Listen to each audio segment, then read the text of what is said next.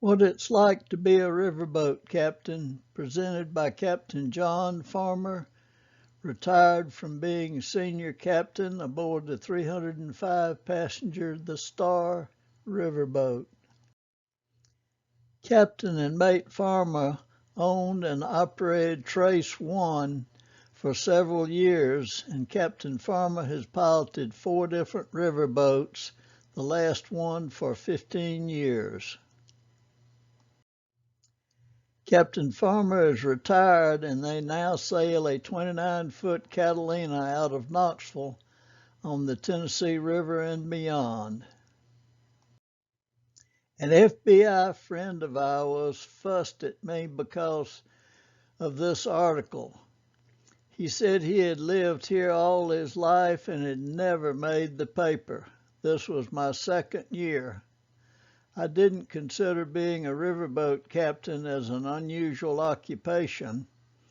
My daughter that teaches psychology at Old Dominion uses me as an example of someone who finally figured out what they wanted to do in life. My dentist, also a Power Squadron member, suggested the next step up was a commercial captain's license. I never thought I would actually use it, but these days you never know.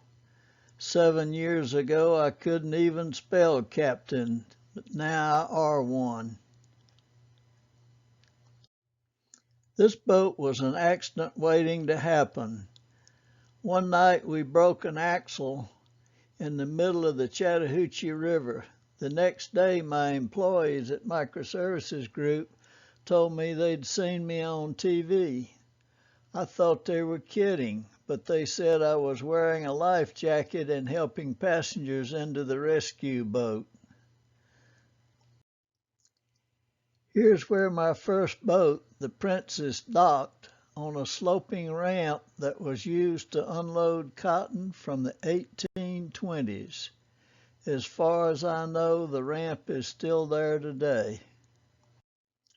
I occasionally piloted the Betsy Ann on the Alabama River in Montgomery, and all of this was still part-time, primarily on weekends.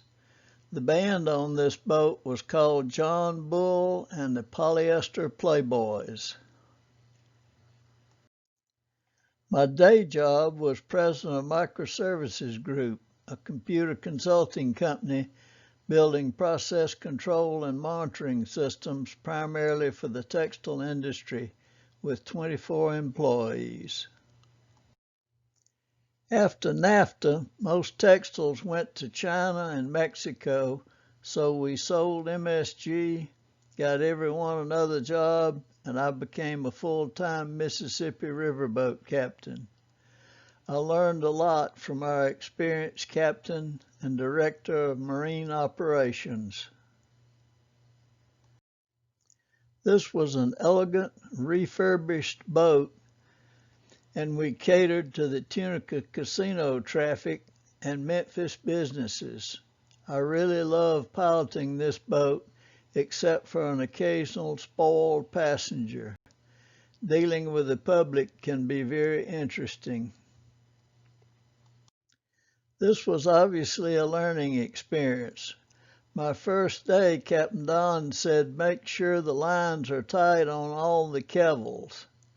I quickly learned from my senior deckhand that a kevel is a large cleat, and I got used to hugging nuns when meeting downbound tows with 50 barges. This was an hourly job, but it slowed way down during the second winter. I was offered a port captain salary job in Knoxville in October of 2004. This involved working a lot of hours as I did training, screened deckhands for hiring and firing. The Star is a true stern wheeler, but there's very little current here. In Knoxville, there are few tows, but many bridges to transit. One is only 135 feet wide and in a bend of the river, which can prove interesting, especially downbound with current or wind are pushing you. She has a lot of windage, and my 23 years of sailing and racing were the best training I had for this boat. The Star was designed by the late Alan Bates and built in La Crosse, Wisconsin. She is diesel hydraulic, and her hydraulics can absorb 180 horsepower each. That's 360 total compared to 800 that I had on the TQ on the Mississippi River. Dealing with recreational boats with tipsy skippers that don't know how to turn a VHF radio on was challenging at times. I'll take heavy commercial traffic like going between a downbound and an upbound tow any day. At least you can talk to them and everyone knows exactly what to do. On our lunch and dinner and chartered meal cruises, we usually serve meals buffet style in the climate-controlled first deck dining room. There would be live entertainment on the bandstand forward. I loved having Freda Valentine aboard as entertainment for lunch cruises. She was an Alabama fan, and I graduated from Auburn, so we went round and round on the PA system. Most people migrated to the open second observation deck with bar for the return trip. Here my first mate is riding this cruise after helping with early Christmas decorations. The Star catered to larger groups, so we purchased Trace 1 for smaller sightseeing cruises to fill that gap. This is a seating area on Trace 1 with the head and helm aft. We refurbished this boat with new seats and new carpet. Aboard Trace 1, we ran haunted history cruises past the world-famous Body Farm. We also ran longer distance 2-day cruises from Knoxville to Chattanooga. On adult or child pirate party cruises, we often fired our air-powered marshmallow swivel gun at people on Calhoun's patio. Tammy would sometimes have the waitstaff fire back with Super Soaker water guns.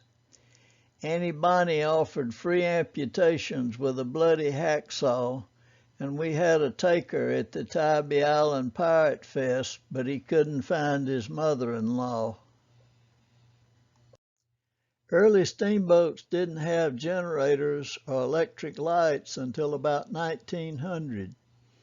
If there was no moon, they might have to tie up for the night.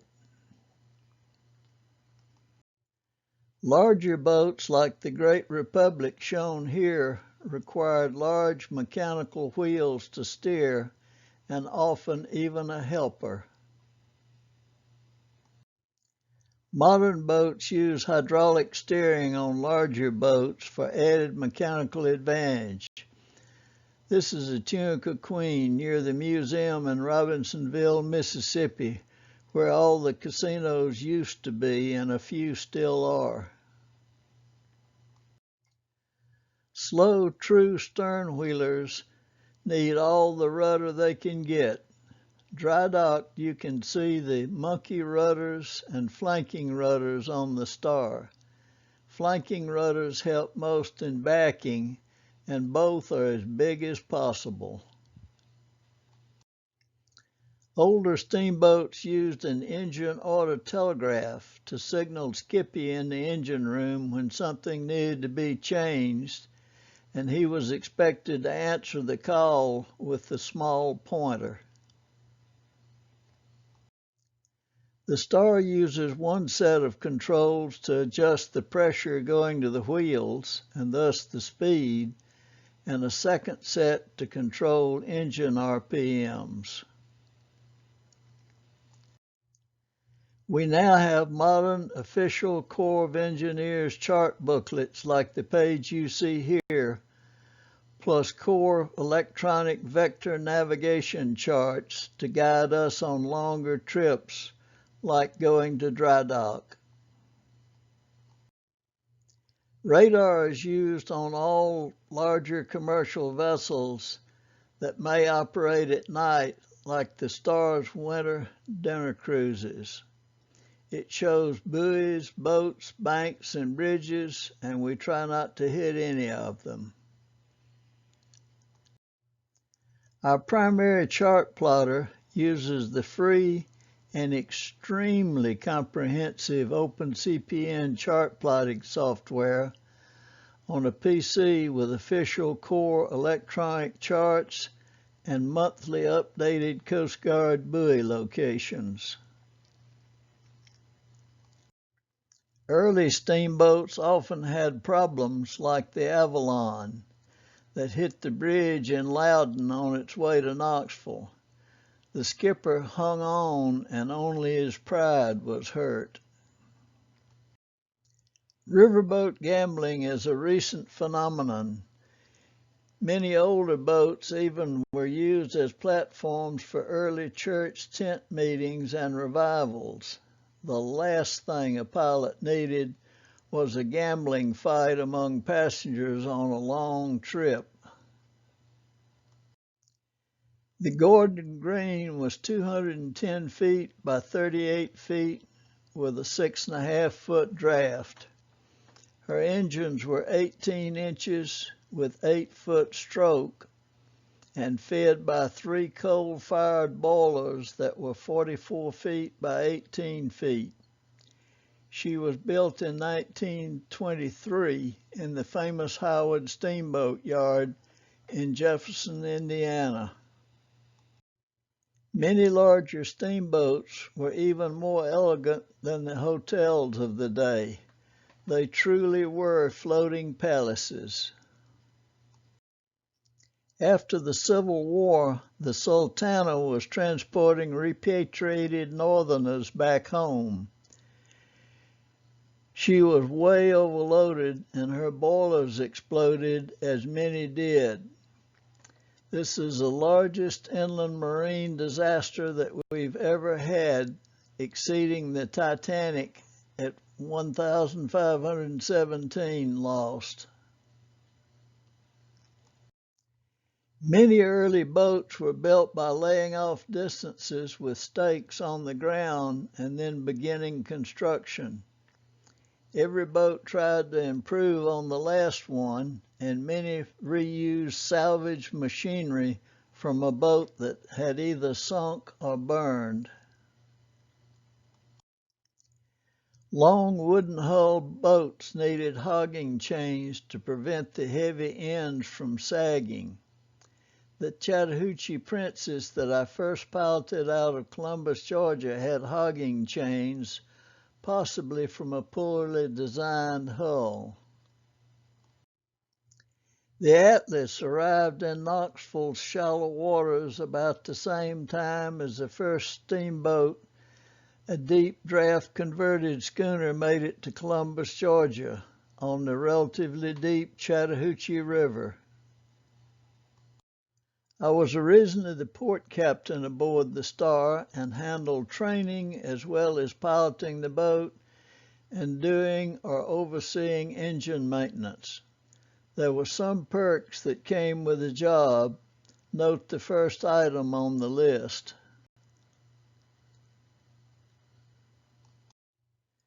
Some of the cruises were interesting and some of the ladies very attractive and friendly. What happens on the boat stays on the boat. Even on our smaller boat, there were friendly young ladies that made being an older captain really interesting at times. I never understood why young college kids would drink before they came to the boat, and we would have to cut them off at the bar when they had had too much to drink. As a chaplain, I performed many weddings on the boat, and most were very nice. One wedding, the mother of the groom had to drag him on the boat after he said he'd changed his mind. On another wedding, the groom purchased the license after the wedding cruise, and I had to explain he was not legally married. I don't know how he explained that to his fiancée. I worked for West Point Stevens, mostly at the Research Center for 35 years, then MSG for 13, and finally 15 on the Star, and loved our crew. I retired in 2019 so we could sail our 29-foot Catalina that we are now refurbishing. I miss interacting with passengers and crew on the riverboat, but it's time for the younger captains to take over. We hope you enjoyed this brief introduction to what it's like to be a riverboat captain. Please like, share, and subscribe so others can more easily find us.